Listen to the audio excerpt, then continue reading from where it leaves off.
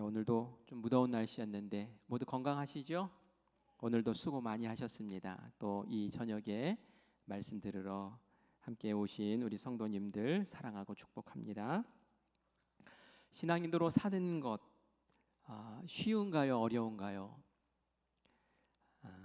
내가 신앙인으로 사는데 참 평안하다. 복인가요? 복이 아닌가요?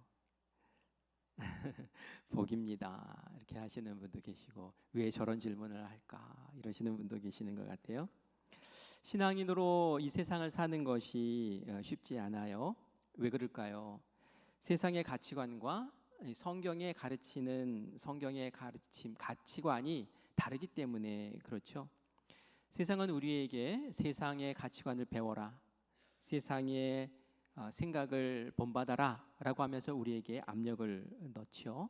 그런데 우리 예수님을 믿고 성경 말씀을 보면서 세상의 가치관과 참 다르네 라는 것을 깨닫게 되고, 그래서 세상 가치관과 충돌하는 일이 벌어지게 되지요.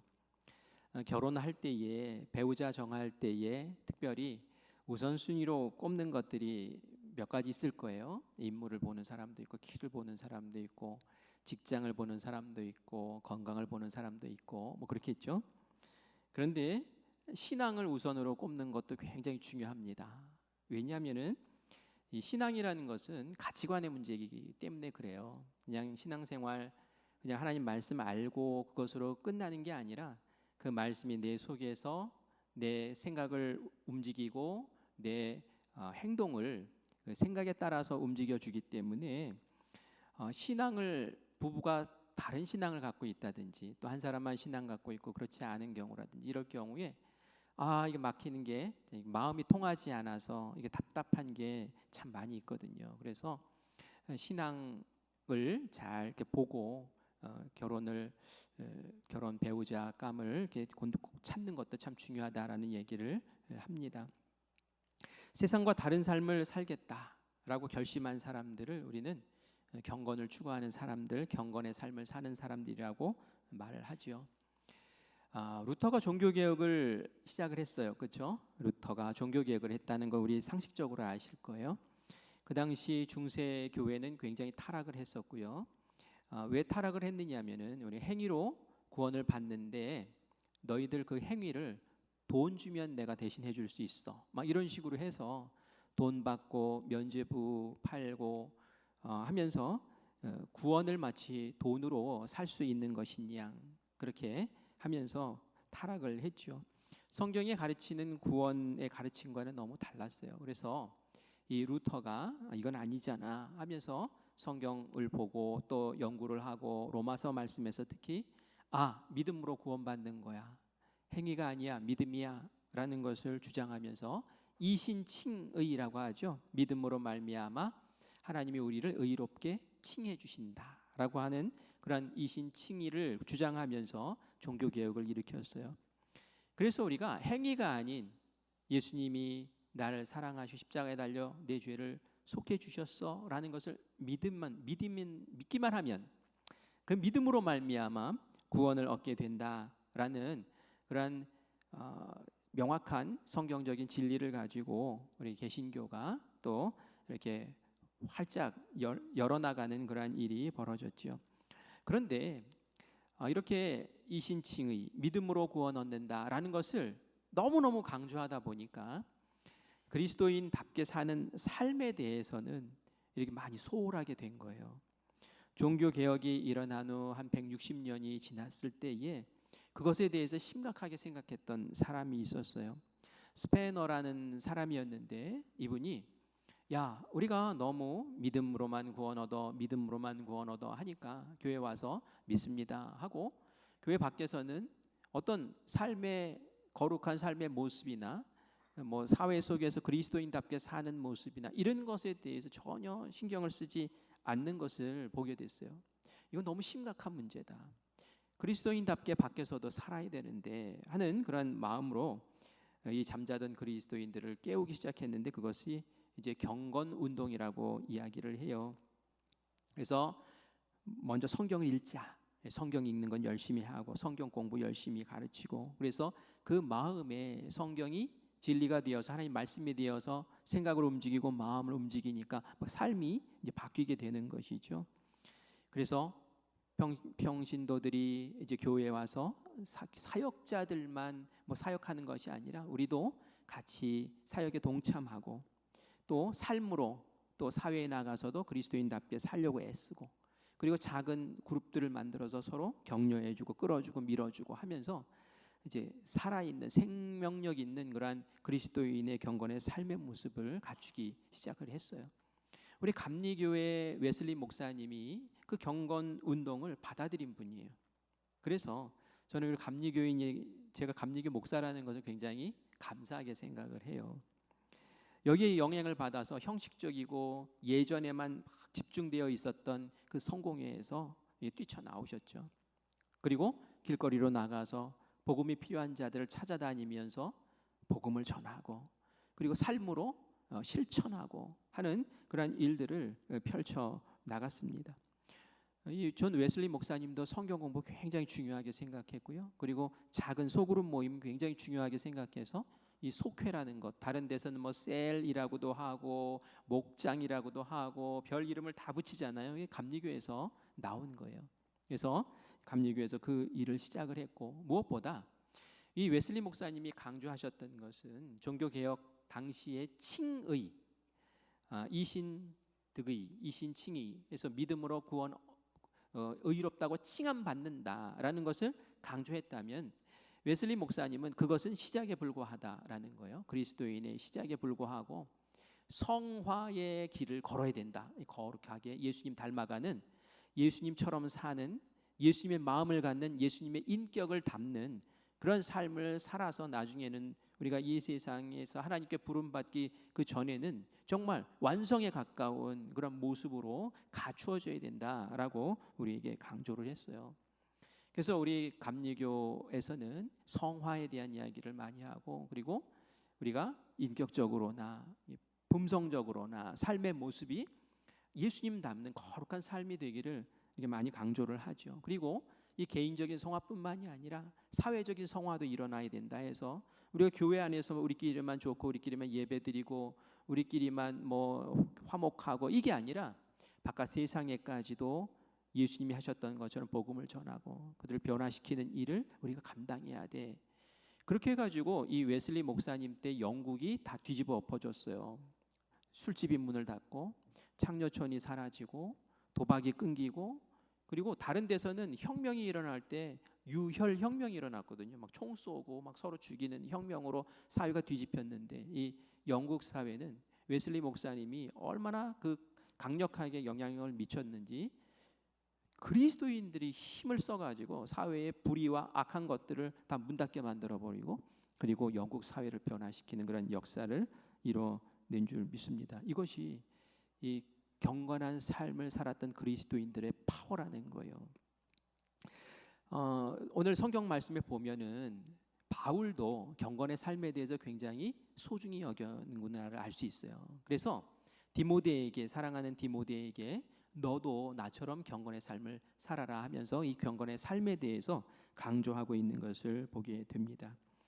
경건의 삶이라는 것이 그런 거라 그랬죠. 하나님께 나의 삶을 드리는 것, 그리고 예수님의 성품을 닮아가는, 인격을 닮아가고 이 세상 살아가는 삶 속에서 그리스도의 모습을 드러내는 것, 그것이 경건의 삶이라는 거죠. 그런데 이 경건의 삶을 추구하려고 하면은 이 세상 사람들은 어리석다고 생각을 해요. 그리고 이 세상의 가치관과 자꾸 충돌을 하니까 박해라는 것이 기독교인들에게 다가옵니다. 그래서 내가 경건의 삶을 살아야겠다 이렇게 결단하고 작정하시는 분들은 나에게 박해라는 것도 올 수 있구나라는 것을 좀 각오를 하셔야 되는 거예요. 제가 서두에 그런 말씀 드렸죠. 여러분 평안하세요 하고 말씀드렸죠. 그리스도인으로 사는 것이 평안하시냐고 그렇게 말씀드렸는데, 정말 그리스도인으로 치열하게 내가 이 세상 속에서 그렇게 막 살려고 하면은 평안하지가 않아요. 왜냐하면은 너 왜 너만 그래 이러면서 막 박해가 오고 핍박이 온단 말이에요. 그래서 이 박해라는 것을 좀 각오를 하고 있어야 되고, 내가 너무 평안하게 지내고 있으면은 내가 경건의 삶을 세상 속에서 살아가고 있는가라는 것을 다시 한번 생각해 봐야 돼요. 왜냐하면 내가 세상의 가치관 속에 그냥 묻혀서 이렇게 살고 있다면은 나에게 박해가 찾아올 일이 없잖아요. 그런데 내가 그리스도의 정신으로 그리스도의 마음으로 살기 때문에 왜 이렇게 달러 너는 하면서 다른 나를 향해서 이게 박해가 오고 뭔가 어려움이 온다면 그게 오히려 더 깨어있는 삶을 사는 것이 아닌가라는 거예요. 우리 12절 말씀을 같이 읽어볼게요. 경건하게 살고자 하면 마음에 이런 각오를 해야 된다라고 바울이 얘기합니다. 12절 있습니다. 무릇 그리스도 예수 안에서 경건하게 살고자 하는 자는 박해를 받으리라. 그죠? 무릇 그리스도 안에서 경건하게 살고자 하는 사람들은 박해를 받게 되어 있어라고 이야기를 해요. 이 박해 받을 각오하고 경건의 삶을 추구하라는 거죠. 그러면서 10절과 11절에 바울이 내가 경건의 삶을 추구하였더니 내가 복음 전하는 길을 걸었더니 이런 박해를 받았다라고 디모데에게 알려줍니다. 우리 10절과 11절 말씀 같이 읽겠습니다.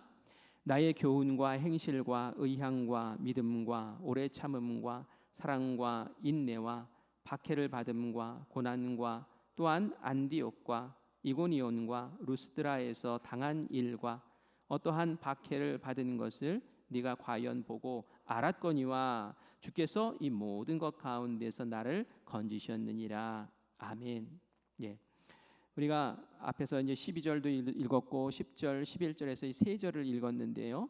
이 세 절 안에 한 절 한 절 박해라는 말이 세 번이나 들어가 있어요. 그리고 박해를 어디에서 받았는지 구체적인 장소도 11절 말씀에 보니까 나오죠. 내가 안디옥에서도 이고니온에서도 루스드라에서도 박해받았어라는 거예요. 여러분 이 지명이 좀 익숙하십니까? 이게 주일에 제가 설교했던 그 바울이 복음 전했던 1차 전도 여행 갔을 때 거쳤던 지역을 제가 여기서 얘기한 거예요. 안디옥도 들렸고요. 그곳에서 이고니오라는 곳으로 갔고 루스드라로 갔어요. 그런데 여기에서 어려운 일들이 있었죠. 이고니온이라는 곳에 갔을 때는 회당에서 복음을 전하고 많이 영향력을 미치니까 그 유대인 종교 지도자들이 이렇게 책동을 해서 저 바울 돌로 쳐 죽이자 이런 음모를 꾸밉니다. 그런데 바울이 그걸 알고요. 이고니온에서 더 있으면 안 되겠구나 하고 루스드라라는 곳으로 도망을 갔어요. 루스드라에 딱 가자마자 마을에 딱 들어갔을 때에 안진뱅이 태어날 때부터 한 번도 걷지 못한 안진뱅이가 있는 것을 발견을 하고는 그를 일으켜 세워줬죠. 치유를 해줬어요. 그러자 그 루스드라에 있는 사람들이 와 하늘에 있는 신이 내려왔다. 여러분 기억나시죠? 이제 신이 내려왔다 막 이러면서 바나바는 뭐 무슨 신, 바울은 무슨 신 하면서 막 신이 왔다고 하면서 막 제사를 막 그 앞에 드리려고 그래요. 그러자 바울과 바나바가 막 옷을 찢으면서 지금 당신들 무슨 짓을 하고 있느냐? 우리도 당신과 성정이 똑같은 사람이다. 이런 일을 하신 분은 우리 천지를 창조하신 전능하신 하나님이 하신 거야. 너희들이 하나님을 알아야 돼 하면서 복음 전하는 일이 벌어졌죠.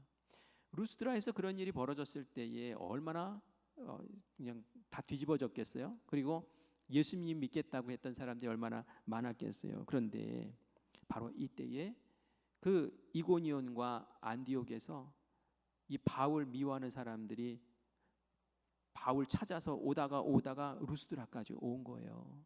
그리고 나서 이 루스드라에 막 바울이 인정받고 막 이러니까 저 가짜라고 막 그러면서 또 선동을 해서 돌로 쳐 죽이죠. 바울이 거기서 돌 맞아가지고 쓰러져 버립니다. 사람들이 쓰러진 바울을 보면서 이거 죽었구나라고 생각하고 성 밖에다 끌고 나가서 집어 던져버렸어요. 정말 죽을 만큼 그렇게 돌을 맞았단 말이죠.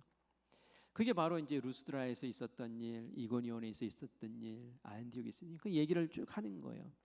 바울이 지금 무슨 얘기하는 거예요? 내가 예수님을 믿고 예수님 믿기 전에는 이런 일 없었어요. 예수님 믿고 그리고 복음 전하겠다고 경건한 삶 살겠다고 하나님 뜻대로 살겠다고 그렇게 돌아다니고 했더니 가는 곳마다 그렇게 핍박받고 그렇게 어려움 겪고 그렇게 박해받고 그러더라라는 것을 이야기하는 거예요. 왜 그럴까요? 그들이 가지고 있는 가치관과 그들이 가지고 있는 종교와 그들이 가지고 있는 생각과 하나님 예수님의 그 말씀, 그 가치관은 너무나 다르기 때문에 그런 거예요. 그렇기 때문에 우리가 주님 안에서 경건의 삶을 살겠습니다라고 이 세상에서 그렇게 살기로 작정하고 정말 그렇게 산다면 막 거치는 것들, 걸리는 것들이 막 생길 거란 말이죠. 제가 성경 공부하면서 이렇게 보니까 우리 성경 공부하기 전에는, 예수님 열심히 믿기 전에는, 아니 예수님을 알기 전에는 세상 사람들과 같이 술도 많이 마시고 또 술주정도 많이 하고 이렇게 좀 허랑방탕하게 이렇게 사셨던 분들이 예수님 제대로 믿기 시작하고 그리고 성경 공부도 하고 그러면서 술도 끊고, 그죠? 담배도 끊고 나도 열심히 이제 살아보겠다고 하니까 친구들이 미워하더래요. 친구들이 싫어하더래요. 같이 어울렸던 사람들이 싫어하고. 왜? 같이 술 친구가 없어지니까. 왜 쟤 저래? 뭐 이렇게 되는 거죠. 나한테 왜? 이러면서 친구들이. 그런데 그분들이 공통적으로 하는 얘기가 그래요. 그것 때문에 내 마음이 속상한 게 아니라 오히려 그래서 그 자리에 안 갈 수 있어서 감사하고 그리고 또 다른 방법으로 또 회사에서 또 이렇게 이야기하면서 이렇게 지낸다라는 이야기를 합니다. 예수님 믿으면 이런 박해들이 오는 것이 당연한 거예요. 경건의 삶을 우리가 추구하면 그렇다는 거예요. 그런데 바울이 또 그런 얘기도 해요. 박해만 생각하면 슬프고 힘들고 어렵고 그렇지. 루스드라에서 돌 맞아서 죽을 뻔한 것만 생각하면은 정말 이 경건의 삶 살고 싶지 않지. 그런데 그게 아니라는 거예요. 그게 전부가 아니라는 거예요. 왜요? 그때마다 박해 속에서 예수님이 살려주시고 견딜 수 있게 도와주시고 하는 그런 은혜가 있더라는 거죠. 우리 11절 말씀의 그 뒷부분에 보면 그런 말씀이 있어요. 내가 과연 보고 알았거니와 주께서 이 모든 것 가운데서 나를 건지셨느니라. 박해가 있었지만 주님께서 그 박해 속에서 나를 그때 살펴주시고 건지시더라는 얘기예요. 루스드라에서도 그랬어요. 돌 맞아가지고 정말 죽은 줄 알았어요. 사람들이 죽었다라고 집어 던지고 갔어요. 그런데 하나님이 죽게 놔두시지 않죠. 다시 정신을 번쩍 차려요. 그 돌 맞아가지고 그렇게 정신 차리고 일어서는 게 쉬운 일이 아닐 텐데 툴툴 털고 일어납니다. 그리고 자기가 방금 돌 맞았던 그 성으로 다시 들어가는 거예요. 그리고 그곳에서 바나바를 만나서 다시 우리 더베라는 곳으로 갑시다 해가지고 다시 팀을 꾸려서 다시 이동하는 그런 모습을 우리가 보지요. 이런 모습을 이 바울은 하나님께서 그때마다 핍박이 있지만 핍박 속에서 나를 이기게 하시고 견디게 하시는, 그리고 또 바른 길 걷게 하시는 하나님의 은혜가 있기 때문에 내가 이렇게 핍박 속에서 박해 속에서도 견뎌낸다라는 것을 이야기하고 있습니다. 이 루스드라라는 곳을 제가 이제 얘기를 하면서 이제 디모데 얘기를 안 할 수가 없는데, 이 디모데가 사실은 루스드라 사람이에요. 루스드라가 디모데의 고향이에요.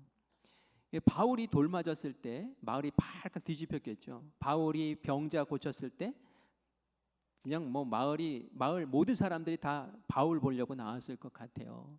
그런데 이 돌 맞는 현장에도 분명히 사람들이 많이 몰렸을 것이고 디모데도 그 모습을 봤을 거예요. 그 모습을 보면서 두려워하지 말라는 거예요. 두려워하지 말라는 거예요. 바울이 스데반 집사님 죽는 현장에 있었잖아요. 그리고 이 스데반 집사님이 의연하게 그 돌 맞는 현장에서 주님 저희들 용서해 달라고, 저희들이 하는 짓을 모른다고 그러면서 천사와 같은 얼굴로 죽는 모습을 보면서 이 바울이 굉장히 충격을 많이 받거든요. 디모데에게도 본인이 느꼈던 그것을 이렇게 얘기를 해주는 거죠. 루스드라, 너 알잖아. 내가 거기서 기적도 베풀었지만 돌도 맞았잖아. 경건의 삶을 살기 위해서 내가 그렇게 죽음의 상황까지도 갔었잖아. 그런데 내가 거기서 다시 깨어났잖아.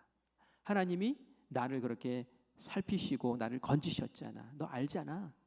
이렇게 하면서 이 디모데에게 이 박해를 두려워하지 말라고, 경건의 삶에는 박해가 당연히 따라오는 거고, 그렇기 때문에 이 경건의 삶을 포기할 것이 아니라 박해를 받더라도 하나님께서 건지시고 돌보시는 그 은혜를 바라보며 일어서라고 그렇게 말씀을 하고 있는 것이죠. 여러분 어떠세요? 제가 이제 어느 성도 이렇게 보면은 굉장히 용감하게 씩씩하게 그리스도인답게 막 비처럼 살겠다고 하는데 박해가 몇 번 찾아오니까 이제 이렇게 위축되더라고요. 위축돼서 언제 그랬느냐는 듯이 이전에 그 기백은 이제 온데간데 없이 사라지고, 그래서 좀 안타까워요. 저거 아닌데. 바울이 봤으면 굉장히 안타까워했을 것 같아요. 그거 아닌데 다시 힘내야지, 두려워하지 말어, 괜찮아 하면서 격려해 주실 텐데, 이 말씀을 다시 한번 우리 마음 가운데 새기기를 간절히 바랍니다. 그러면서 바울이 얘기해요. 앞으로의 미래가 박해가 더 없어질 것은 아니다라고 얘기를 해요. 우리 13절 말씀 같이 읽어보겠습니다. 시작. 악한 사람들과 속이는 자들은 더욱 악하여져서 속이기도 하고 속기도 하나니라고 말해요. 더욱 악해진대요. 그렇죠? 지금보다 더 힘들어진다는 거예요. 속이고 속이는 이 세상, 박해는 당연한 것인데 더 큰 박해가 계속 올 것이다라는 거예요. 제가 이제 박해에 대한 이야기를 하면서 이 박해가 여러분들 피부에 와닿습니까? 우리나라에 살면 이 박해가 피부에 와닿지를 않아요. 그죠? 내가 밖에 나가서 그리스도인이라고 해서 누가 뭐 돌을 던집니까? 누가 어떻게 합니까? 그런데 세계 각처에는 박해와 순교가 계속 일어나고 있어요. 지금도 그래요. 2015년 통계에 보면은 한 해 동안 순교한 사람들이 몇 명이나 될 것 같습니까? 전 세계 기독교인 가운데 박해로 순교한 사람들 9만 명이나 된대요. 9만 명. 우리나라에서는 한 명 있을까 말까 뭐 그런데 전 세계적으로는 9만 명이나 되는 많은 사람들이 이 박해를 받고 있다. 그래서 순교한다라는 얘기죠. 그 당시에 그 정도 순교를 했다면 올해라고 그렇게 순교당하는 분이 없을 리가 없는 거죠. 예수님을 믿는 것으로 인해서 박해받는 그런 나라, 주로 이런 나라들이죠. 이슬람 국가들 한 38개국이 있다고 그래요. 공산주의 국가들, 그죠? 공산 국가들 한 8개국.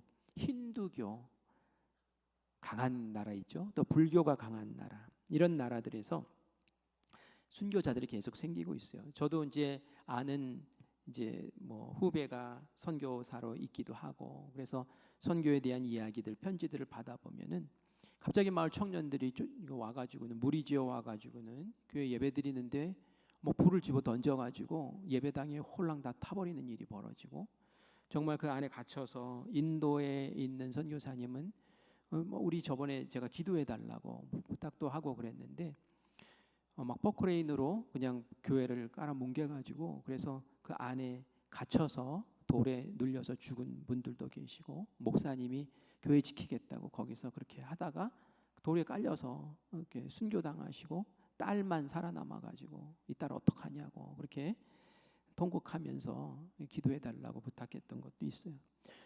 우리나라만 괜찮은 거지 우리 주변에 있는 많은 나라들은 그런 어려움이 겪고 있어요. 얼마 전에 제가 탈북자 이제 이야기를 들어보니까 탈북자 가운데 한 분이 그런 얘기를 하더라고요. 중국에서 잡혀서 들어갔대요. 그랬더니 너 남한으로 가려고 했어? 기독교를 믿었어? 하고 이제 이런저런 것들을 물어보더래요. 그런데 어떤 게 더 큰 죄 같아요?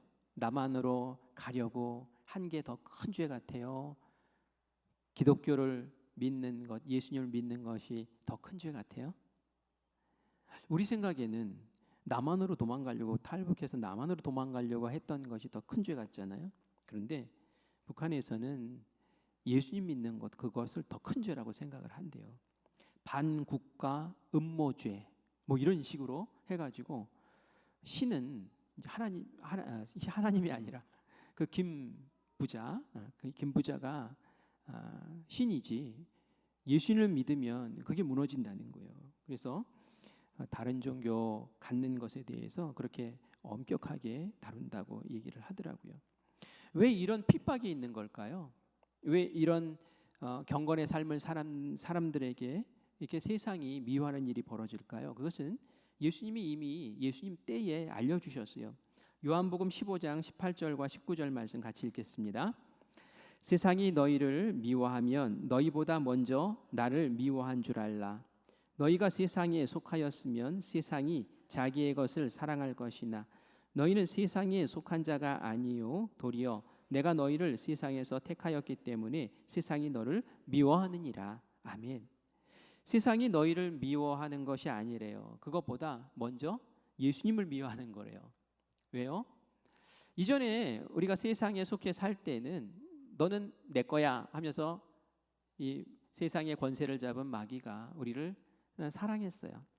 근데 예수님이 우리를 딱 선택하고 또 우리는 예수님 감사합니다 하는 바람에 이 세상에 속해 있던 내가 예수님에게 딱 속해 버리는 바람에 예수님을 미워하는 그 세상이 예수님 품에 안긴 우리를 더불어 같이 미워한다는 거예요. 우리는 겉으로 볼 때는 나를 미워하는 것 같아라고 하지만 그게 아니라 내 속에 있는 예수님 그리고 그 예수님의 정신으로 살려고 하는 나를 이 세상이 미워한다는 거예요. 그래서 내가 예수님 믿고 예수님 믿는 사람답게 이 세상에서 산다는 것은 당연히 너무나 자연스럽게 핍박과 박해가 온다라는 것을 우리가 인정하고 그렇게 살아가야 된다는 거죠. 그러나 우리가 그렇기 때문에 주눅 들고 우리가 그렇기 때문에 경건의 삶을 포기하고 우리가 그렇기 때문에 예수 믿는 것을 멈추고 내가 예수 믿는 사람이라는 것을 드러내지 않고 감추고 이러면 또 안 된다는 거예요.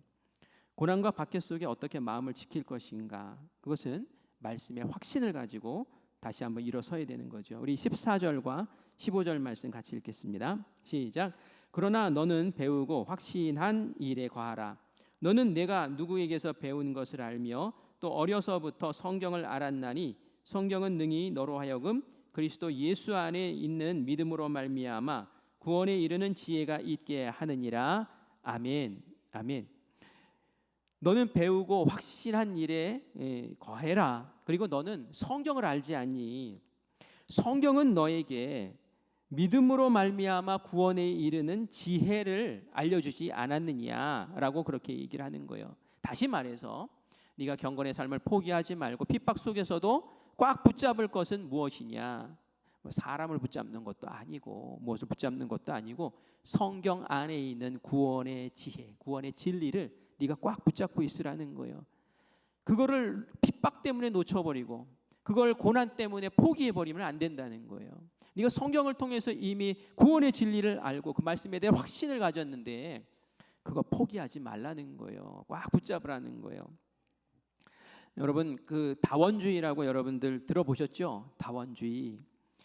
이 다원주의가 이 종교에 이렇게 적용이 되면은 어떻게 되느냐면은 절대 진리가 없다고 얘기를 하게 돼요. 그래서 구원에 이르는 길이 기독교에만 있는 게 아니야라고 얘기를 하는 거죠. 다원주의. 길이 여러 가지 있다는 거예요. 진리가 여러 가지 있다는 거예요. 그래서 종교마다 구원이 다 있어라고 얘기하는 거죠. 산에 올라갈 때 A 코스 있고 B 코스 있고 C 코스 있고 D 코스 있는 다 올라가면 정상에서 다 만나잖아.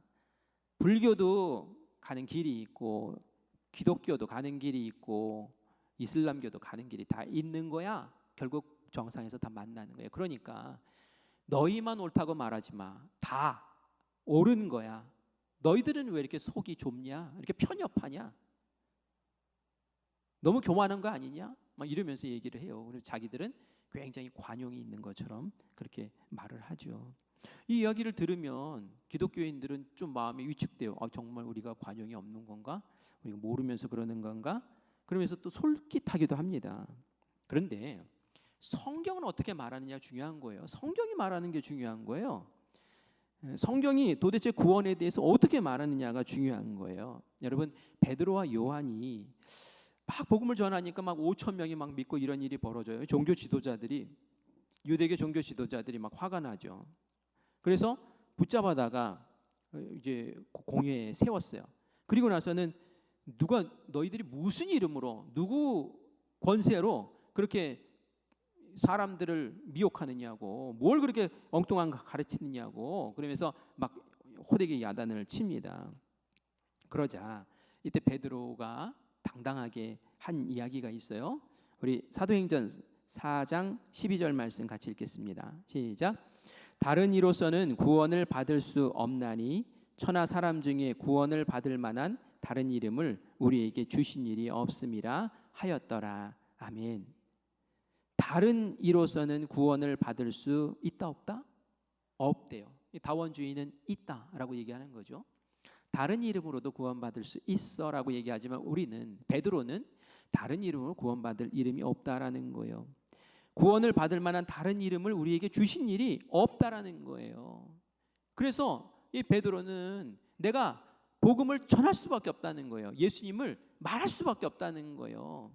그거 얘기하지 말라고 해도 나는 그걸 말할 수밖에 없다는 거예요. 왜? 그게 진리고 유일한 구원의 방법이기 때문에 그렇다는 거죠.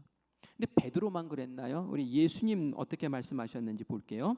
요한복음 14장 66절 같이 읽습니다. 시작. 예수께서 이르시되 내가 길이요 진리요 생명이니 나로 말미암지 않고는 아버지께로 올 자가 없느니라. 나로 말미암지 않고는 하나님께 갈 수가 없어, 천국 갈 수 없어라고 분명히 말씀하시죠. 사도들도 다원주의자 아니죠. 예수님도 다원주의자 아니죠. 성경은 다원주의에 대해서 얘기하지 않습니다. 그래서 우리 선교사님들이 그 무슬림들이 있는 그 중동 이슬람권으로 그렇게 복음 전하러 갔는 거예요. 거기서 많이 죽잖아요. 거기서 잡혀서 죽고, 공산권 종교가 어디 있어, 신이 어디 있어 하는 그곳으로 또 들어간단 말이에요. 거기서 순교 당한단 말이에요. 힌두교 나의 나라, 불교의 나라에 가서 그렇게 예수님 믿고 구원 받으라고 그래 복음 전하다가 그렇게 생명을 바치는 그런 일들이 지금도 이게 벌어지고 있는 것을 봅니다. 우리는 상황이 편하다고, 우리는 조건이 좋다고 그냥 늘어져 있으면 안 돼요. 세상에 1년에 9만 명에 되는 순교자들이 예수님의 이름 때문에 그렇게 죽어가고 있는데 우리도 이 세상에서 빛을 드러내면서 살아야 되죠. 다시 한번 생각해 보세요. 내가 교회 바깥에 나가서 정말 예수 믿는 사람처럼 그렇게 사는지, 내가 정말 예수 믿는 사람처럼 딱 경건의 삶을 살기 시작하면은 내 가정에서 어떤 일이 벌어질 것인지, 내 직장에서 어떤 일이 벌어질 것인지, 내 주변에서 어떤 일이 벌어질 것인지 한번 생각해 보세요. 그리고 내가 정말 아무런 거리낌 없이, 아무런 핍박도, 아무런 눈치도 없이 살아간다면 나 정말 경건한 삶을 살고 있나? 아니면 세상의 풍조에 나를 맡기고 그냥 그 흐름대로 따라서 어쩌면 세상의 그 가치관보다 더 세속적으로 이렇게 살고 있는 것은 아닌지 한번 나를 점검해보는 그런 시간 되기를 바랍니다. 16절 말씀 같이 읽겠습니다. 우리 성경에 아는 진리를 딱 붙잡아야 된다고 말씀했는데 16절에 우리에게 유익한 목적을 말씀하고 계세요. 같이 읽습니다. 모든 성경은 하나님의 감동으로 된 것으로 교훈과 책망과 바르게 함과 의로 교육하기에 유익하니. 성경은 하나님의 감동으로 됐대요. 하나님의 영감으로 불어넣어서, 하나님의 숨을 불어넣어서 기록했다는 얘기예요. 사람이 썼지만 사람이 창작물이 아니라 하나님이 영감을 주셔서 성령의 은혜로, 가르침으로, 지혜로 하나님의 마음을, 하나님의 뜻을, 하나님의 계획을 그 안에 담아 놓았다는 얘기죠. 그래서 이 성경을 우리가 꽉 붙잡고 있으면 우리에게 유익한 것들이 많다라고 얘기를 해요. 처음에는 교훈을 한대요. 이 세상의 가치관 속에서 하나님의 가치관이 무엇인지 우리에게 알려주는 거예요. 그래서 내가 이 세상에서 경건의 삶을 살 수 있는 교훈을 내가 말씀 속에서 얻게 되는 거죠. 그리고 세속에 내가 파묻혀가지고 경건의 삶을 포기하고 그냥 흥청망청 살고 있을 때는 이 말씀이 교훈이 돼요. 교훈. 그래서 오늘 교훈과 책망으로 나를 찌르는 거예요. 너 그렇게 살면 돼? 네가 그렇게 살아가지고 그리스도인이야? 너 그래가지고 천국 가겠다고 말할 수 있어? 하면서 막 찌르는 거예요. 그래서 바른 길로 다시 돌아가게 되죠. 그래서 바르게 함과 의로 우리를 이끄시고 결국은 생명의 길 걷게 하시는 것이 이 성경 말씀이다 하면서 이 세속의 사회 속에서 우리가 성경의 말씀 안에 있는 진리를 꽉 붙잡고 핍박을 두려워하지 말고 경건의 삶을 그렇게 추구하며 살라고 그렇게 말씀을 하고 있습니다. 그리고 마지막으로 또 하나님이 우리에게 말씀을 주신 이유와 목적을 우리가 경건의 삶을 사는 사람이라면 당연히 해야 될 것을 우리에게 한 가지 더 알려주세요. 우리 17절 말씀 읽겠습니다. 시작. 이는 하나님의 사람으로 온전하게 하며 모든 선한 일을 행할 능력을 갖추게 하려 함이라. 아멘. 성경 말씀이 우리를 이렇게 해준대요. 어떻게 해준다고요? 하나님의 사람답게 온전하게 그렇게 만들어준대요. 우리의 인격을, 우리의 말을, 우리의 행동과 우리의 삶을 그렇게 만들어준다는 거예요. 그리고 또 뭘 한대요? 모든 선한 일을 행할 능력을 갖추게 한다 그러죠. 선한 일을 하기 위해서 성경 말씀이 우리를 그렇게 해준다는 거예요. 우리가 세상이 악하면, 세상이 나를 핍박하면 그런 생각 가질 수 있어요. 사람이 나를 어렵게 대하고 핍박하면 아우 이제 딱 관계 끊고 너랑 나랑은 이제 남이야. 뭐 이런 식으로 안 보면 되지. 뭐 이런 식으로 대항할 수 있어요. 근데 하나님 그렇게 하는 걸 원치 않으세요. 세상이 우리에게 그렇게 할 때 어떻게 하래요? 세상에 선을 행하라고. 세상 속에서 선을 행하라고. 선 행하라고 우리에게 말씀을 주신다는 거예요. 선 행하라고 우리를 하나님 말에서 온전하게 하신다는 거예요. 선 행하라고 우리를 경건히 살게 하신다는 거예요. 에베소서 2장 10절을 보면은 우리를 구원하신 이유에 대해서 얘기합니다. 같이 읽겠습니다. 우리는 그가 만드신 바라 그리스도 예수 안에서 선한 일을 위하여 지으심을 받은 자니 이 일은 하나님이 전에 예비하사 우리로 그 가운데 행하게 하려 하심이라. 아멘. 아멘. 우리를 만드신 이유가 뭐래요? 그리스도 예수 안에서 선한 일을 하라고 우리를 만드셨대요. 선한 일을 해야 돼요. 세상이 우리에게 박해를 하고 악한 일을 해도 우리가 할 것은 악을 악으로 대하는 것이 아니라 그들의 머리에 숯불을 지펴서 숯불을 주어서 그래서 선으로 그 악을 이겨내라고 우리에게 늘 말씀을 하시지요. 이 방법이 어려워요. 하지만 그게 경건의 삶의 모습이고요. 우리가 추구해야 될 세상을 변화시키는 그러한 힘이라는 것을 우리가 오늘 이 바울의 가르침 속에서 다시 새겨보기를 바랍니다. 2007년도 4월에 튀르키예, 터키, 소아시아에 독일 선교사인 틸만이라는 선교사님이 있었어요. 그런데 그 틸만이라는 선교사님이 2007년 4월 18일에 순교를 당했어요. 그 터키 사람들이, 청년들이 거기도 이제 이슬람 국가잖아요. 그러니까 이 선교사님이 그곳에 터키 사람들 몇 명과 함께 출판하는 그런 기독교 문서 사역을 하고 있었는데 거기를 쳐들어온 거예요. 그리고 그 선교사님과 두 터키 사람을 기독교인을 죽였어요. 그런데 제가 이제 그 내용을 이렇게 보니까 너무 끔찍해서 제가 여기서 얘기를 할 수가 없을 정도예요. 어쨌든 죽었어요. 그리고 경찰들이 출동해서 그 사람들을 다 잡았습니다. 그래서 그들을 심판해야 된다고 막 이제 여론이 막 형성되고 이제 방송국에서도 이제 이 선교사님의 아내를 찾았어요. 선교사님의 아내가 수산나라는 선교사님이었는데 이 수산나 선교사님을 방송국에서 찾아가서 인터뷰를 한 거예요. 자녀가 3명 있었어요. 딸들이 아들 1명 이렇게 있었는데 국영방송에서 인터뷰를 합니다. 그런데 이 수산나라는 이 선교사님이 그런 얘기를 해요. 남편을 죽인 저 사람들을 내가 그리스도의 이름으로 용서합니다. 이렇게 얘기를 하는 거예요. 칼을 한 150여 번을 찔린 거예요. 그렇게 그냥 막 난도질을 해가지고 참수를 했는데 배를 가르고 막 창자를 다 잘라내고 이렇게 아주 엄청나게 끔찍하게 죽였는데도 불구하고 그것을 보면서 그러면서 이런 얘기를 해요. 왜냐하면 저희들이